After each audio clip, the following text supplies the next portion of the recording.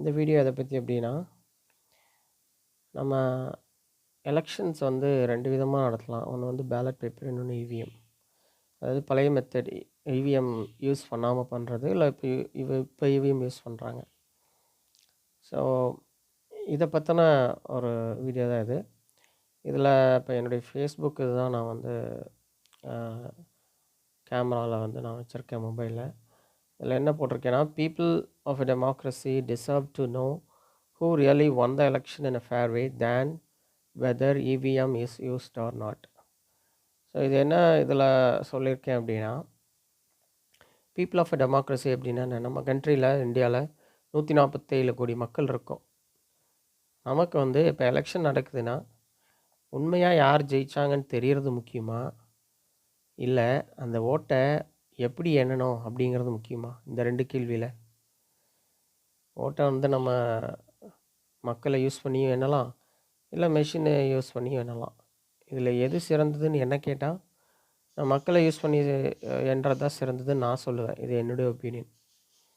வந்து மெஷின் ஏன் யூஸ் பண்ணக்கூடாது அப்படின்னு நான் சொல்லுவேன் அப்படின்னா, எந்த ஒரு டெக்னாலஜியுமே வந்து அதில் வந்து நம்ம ஏதோ ஒரு ஃபெயிலியர் ஆகிறதுக்கு வாய்ப்பு இருக்குது. இப்போ மொபைல் எப்படி ஹேக் பண்ணுறாங்க, எப்படி கம்ப்யூட்டரை ஹேக் பண்ணுறாங்க, எவ்வளவோ டெக்னாலஜி ஸ்கேம்ஸ் நடக்குது. அது மாதிரி இவிஎம் வந்து 100% ஃபுல் ப்ரூஃப்னு நம்ம சொல்ல முடியாதுல்ல.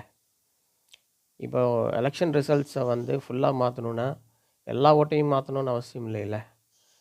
ஓட்டில் வந்து நம்ம ஒரு 10% முன்ன பின்ன அந்த பக்கம் இந்த பக்கம் மாற்றினா கூட எலெக்ஷன் ரிசல்ட்டே மாறி போயிரும்ல. அப்படி தானே ரீசெண்ட் எலெக்ஷன்ஸ் எல்லாம் வந்து ஒரு 1% ஓட் ஸ்விங்கில் தானே இந்த பார்ட்டி அந்த பார்ட்டி ஜெயிக்கிறாங்க. ஸோ அப்படி இருக்கிற பட்சத்தில் அக்யூரசி ஆஃப் த ரிசல்ட் முக்கியமா, இல்லை எப்படி எண்ணணும் அப்படிங்கிறது முக்கியமா அப்படின்னு கேட்டால், fairness and accuracy of the result தான் முக்கியம். ஃபேர்னஸ் தான் ஃபஸ்ட் இம்பார்ட்டன்ட். நியாயமான முறையில் அதை எண்ணணும், அப்புறம் அக்யூரேட்டாக எண்ணணும். ஸோ நியாயமான முறையில் எலெக்ஷன் ஓட்டுகளை எண்ணுவது தான் முக்கியமே தவிர, நம்ம மெஷினை யூஸ் பண்ணி எண்ணுறோமா, மனுஷனை யூஸ் பண்ணி எண்ணுறோமாங்கிறது முக்கியம் இல்லை.